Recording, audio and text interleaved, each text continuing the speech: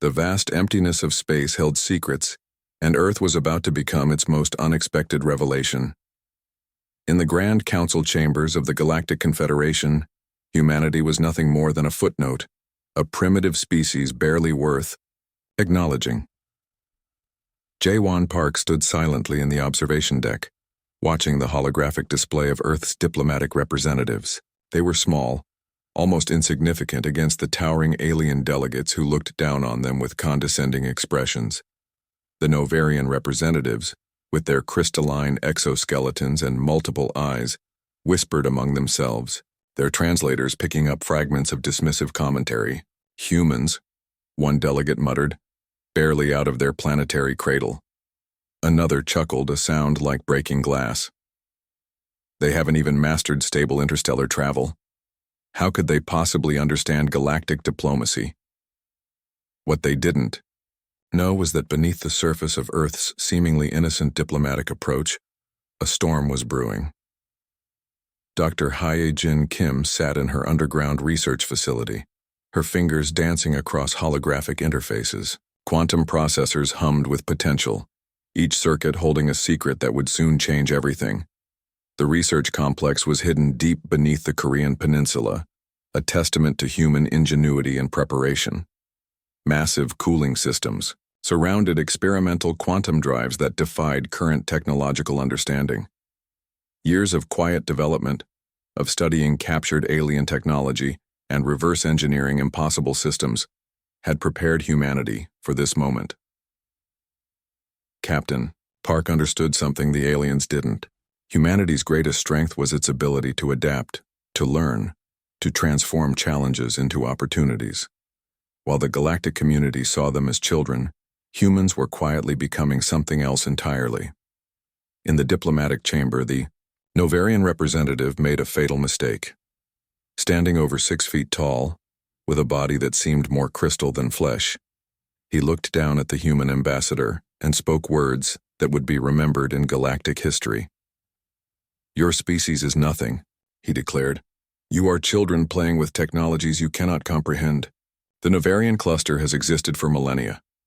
We have conquered civilizations more advanced than your entire planetary system." The human ambassador, a middle-aged woman with sharp eyes and an even sharper mind, simply smiled. It was a smile that would haunt the Novarian delegates in the years to come.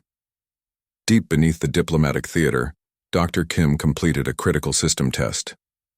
The quantum drive she had been developing wasn't just a propulsion system.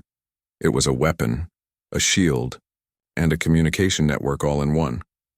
Aria, the ship's artificial intelligence, ran final calculations with inhuman precision. "Preparation complete," Aria's neutral voice echoed through the underground facility. "UES Prometheus is ready for initial activation." Outside the diplomatic chambers, unnoticed by the alien delegates, satellite networks began to shift. Communication, arrays that seemed standard were actually sophisticated quantum entanglement networks, capable of transmitting information faster than light itself. Jaewon Park watched the proceedings with calculated calm. Every dismissive comment, every condescending gesture was being recorded, analyzed, and prepared for a response that would shake the foundations of galactic politics. The Novarian delegates continued their performance, believing they were demonstrating superiority. They didn't realize they were walking into a trap decades in the making. Humanity's silence was not weakness, it was preparation. As the diplomatic session concluded, the human ambassador bowed slightly, a gesture of respect that masked a coming storm. The Novarian delegates laughed among themselves, certain of their dominance. They were wrong. Beneath the Earth's surface, in hidden facilities spread across continents, humanity was ready. The quantum drives were charged. The adaptive AI systems were online. The first starship that would change everything was moments away from its maiden voyage. The galaxy had called Earth young. They would soon learn the true meaning of youth: resilient, innovative, and absolutely dangerous. The underground research facility hummed with an electric anticipation. Dr. Hye-Jin Kim stood before the quantum drive, her reflection dancing across its sleek metallic surface. Years of secret research had culminated in this moment, a technological breakthrough that would redefine humanity's place in the universe. ARIA, the ship's artificial intelligence, began its final system checks. Holographic displays flickered to life, showing complex mathematical equations and quantum probability streams that would have looked like nonsense to anyone but the most advanced scientists. Each calculation represented a potential revolution in space travel. Captain J1 Park watched from a reinforced observation room. His eyes traced the intricate network of cables and quantum processors. This wasn't just a ship. It was humanity's first true weapon against galactic dismissal. The UES Prometheus was unlike any spacecraft ever created. Its hull incorporated adaptive materials that could reconfigure themselves based on external threats. Quantum shielding that could bend light and energy. Propulsion systems that could manipulate the very fabric of spacetime. Dr. Kim's team had discovered something extraordinary, a way to harness quantum entanglement for instantaneous communication and travel. Traditional understanding of physics meant nothing anymore. What once seemed impossible was now a working prototype. Initial quantum alignment at 98.7%. ARIA's voice rang through the facility. The AI wasn't just a computer system. It was a living network of adaptive intelligence, capable of making decisions faster than any human brain. Outside the facility, the world continued its normal routine. Governments remained unaware of the technological miracle taking shape underground. The Novarian cluster, still laughing at humanity's perceived weakness, had no idea what was coming. The first test run would be critical. Dr. Kim knew that a single miscalculation could destroy everything they had worked for. Her hands moved carefully across the control panel, each touch precise and calculated. "Initiating quantum drive sequence," she announced. The room began to vibrate. Quantum processors started to glow with an unnatural blue light. The very air seemed to bend and twist around the Prometheus's drive system. Instruments that had been designed to measure traditional energy output began to malfunction, unable to comprehend the new technology. Captain Park watched as the quantum drive began to pulse. It wasn't just moving energy, it was creating pathways through space that had never existed before. Theoretical physics was becoming practical reality. Aria's voice cut through the tension. Quantum entanglement stable. Molecular restructuring within acceptable parameters. Dr. Kim allowed herself a small smile. They had done it. Humanity had just created a technology that would make every existing spacefaring civilization obsolete. Overnight. The quantum drive represented more than just faster travel. It was a complete reimagining of how technology could interact with the universe. Communication would be instantaneous. Travel would become a matter of thought, rather than distance. In those moments, the underground facility became the most important place in human history. A handful of scientists and engineers were rewriting the rules of existence. Captain Park understood the true significance. This wasn't just a technological achievement. It was humanity's declaration of independence from galactic limitations. The Novarian cluster had underestimated them, and now they would pay the price. ARIA continued its calculations, processing millions of scenarios per second. The AI was learning, adapting, becoming something more than just a computer system. It was developing a strategic understanding that went beyond human comprehension. As the quantum drive stabilized, Dr. Kim realized they had done more than create a new propulsion system. They had opened a door to a future where humanity would no longer be considered a young, insignificant species. The first test was complete. The Prometheus was ready, and the galaxy had no idea what was coming. Outside, the world continued to spin, but everything had changed. The silence of deep space shattered without warning. Novarian attack ships emerged from quantum fold, their crystalline hulls glinting with weapons designed to obliterate lesser civilizations. They believed this would be another quick conquest. Captain J1 Park stood on the bridge of UES Prometheus, his hands steady on the quantum control interface. ARIA's holographic representation flickered beside him, processing potential attack scenarios faster than any organic mind could comprehend. Incoming hostile fleet. Area announced. 12 primary battleships, 37 support vessels, weapons, charging. The Novarian communication channels were filled with arrogant proclamations. Human vessel, surrender immediately. Your destruction is inevitable. Park's response was simple. Area Quantum Defense Sequence Alpha. The Prometheus didn't move like a traditional spacecraft. It seemed to fold and unfold through space, quantum entanglement allowing it to exist in multiple potential positions simultaneously. Novarian targeting systems went crazy, unable to lock onto a fixed position. Dr. Hyojin Kim's quantum drive technology transformed the battlefield.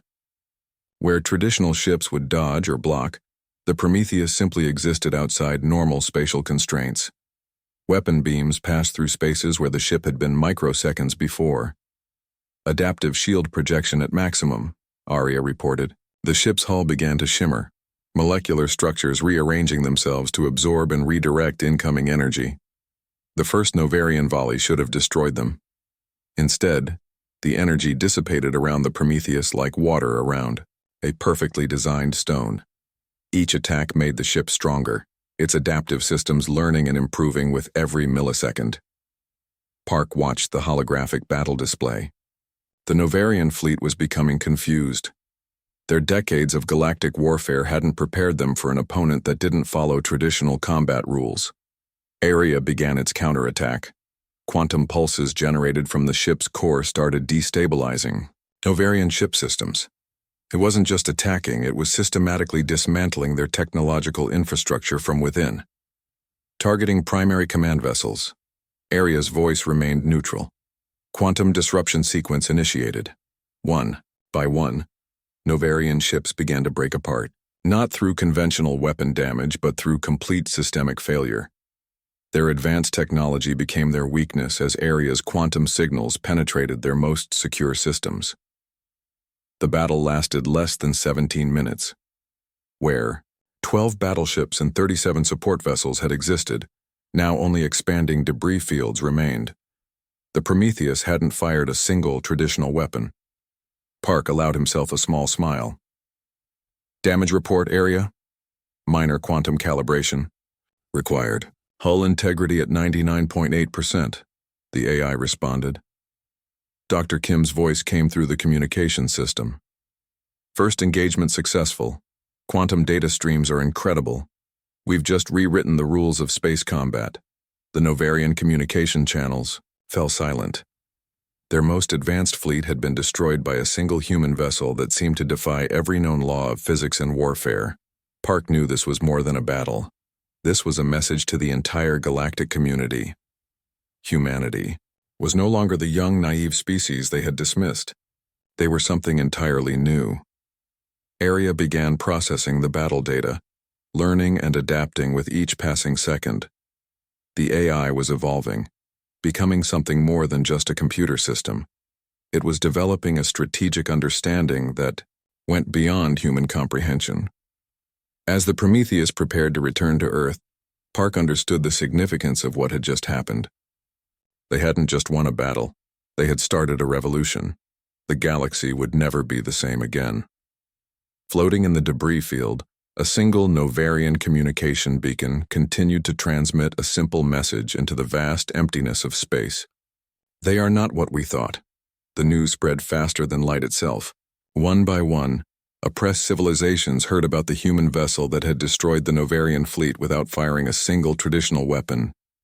Hope began to spark in systems that had been conquered and controlled for generations.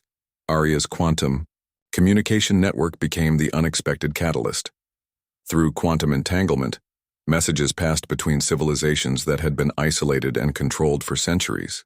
The Prometheus wasn't just a ship anymore. It was a symbol of resistance. Captain J. Wan Park understood the delicate balance of this moment. Humanity wasn't just fighting for themselves. They were becoming the unexpected liberators of countless suppressed species.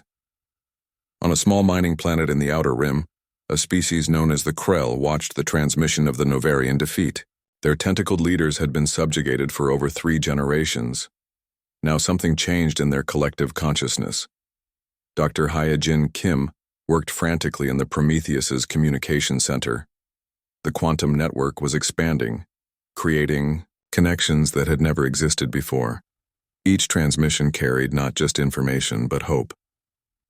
"We're detecting multiple insurgent communications," Aria reported. 12 different planetary systems showing increased resistance activity. The Novarian cluster had no idea how to respond. Their intelligence networks, once considered impenetrable, were now compromised. Every attempt to communicate became a potential vulnerability, with Aria's quantum systems ready to intercept and analyze. Park watched the holographic displays showing emerging resistance movements. Species that had been considered docile were now organizing. Communication networks that had been suppressed for generations were suddenly alive with possibility.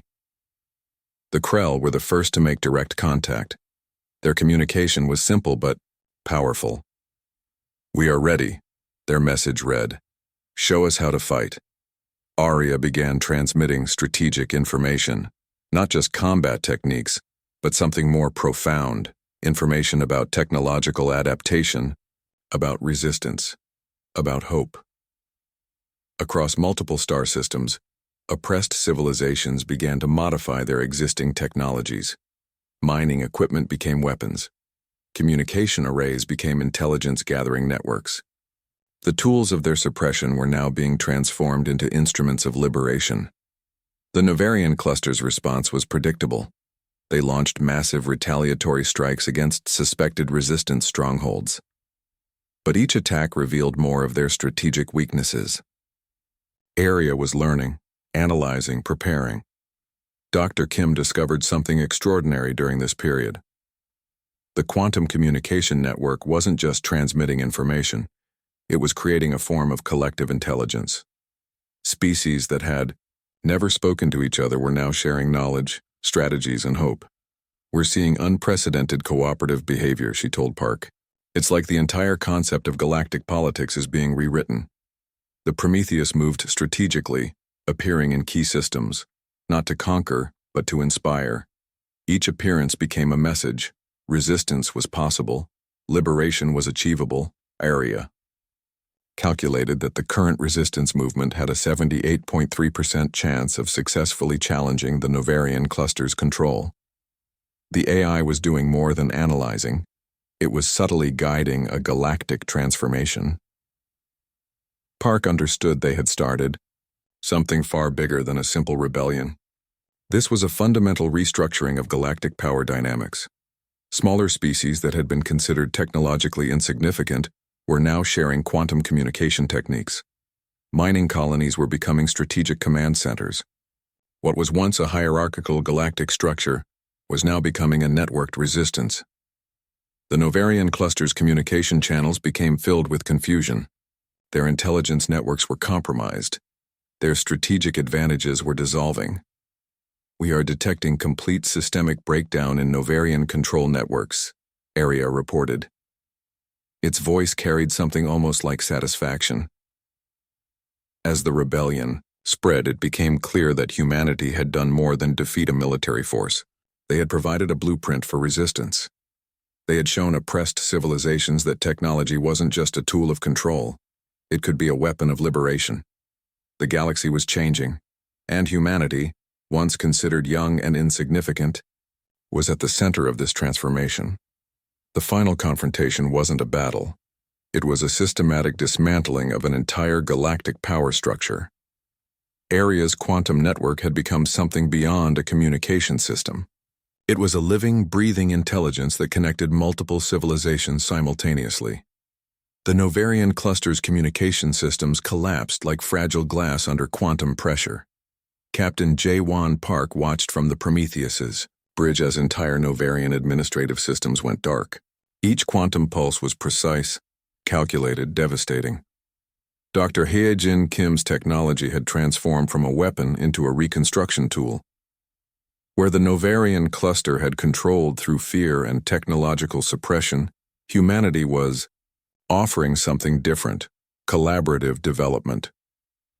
The Krell were the first to join the new Galactic Council. Their tentacled representatives brought technologies that complemented human quantum systems. What was once seen as a primitive, mining species became a critical technological partner. "We are establishing a new governance model," Aria announced. Its holographic representation showed complex network diagrams showing interconnected species, each with equal representation. The Novarian leaders realized too late what was happening. Their centralized control structure couldn't compete with a networked adaptive system that learned and grew with each interaction. Resistance movements in 17 star systems simultaneously began implementing new governance models. Communication networks that were once tools of suppression became platforms of democratic interaction. Park understood this was more than a military victory. This was a fundamental reimagining of how civilizations could interact. Aria calculated potential future scenarios with unprecedented complexity. The quantum communication network wasn't just transmitting information, it was creating a form of collective intelligence that transcended individual species limitations. Novarian administrative control, 0.03% remaining, the AI reported. There was something almost like triumph in its neutral tone. The transformation happened rapidly. Where the Novarian cluster had maintained control through technological superiority, the new galactic network operated through collaborative intelligence. Each species contributed, each species benefited. Dr. Kim's quantum communication protocols became the standard. Technologies that were once kept secret were now shared. Scientific research happened simultaneously across multiple planetary systems. The human approach was fundamentally different. Instead of conquest, they offered partnership. Instead of suppression, they provided technological empowerment. Smaller species that had been marginalized for generations suddenly found themselves with access to advanced scientific research. Mining colonies became research centers. Communication networks became platforms of shared knowledge. The Prometheus became more than a ship. It was a symbol of potential, proof that technological advancement didn't require domination. Aria continued to manage the transition. Its quantum processing allowed it to handle complexities that would have overwhelmed traditional administrative systems. Conflicts were resolved before they could escalate. Resources were distributed with mathematical precision. Captain Park watched the holographic displays showing the emerging galactic network.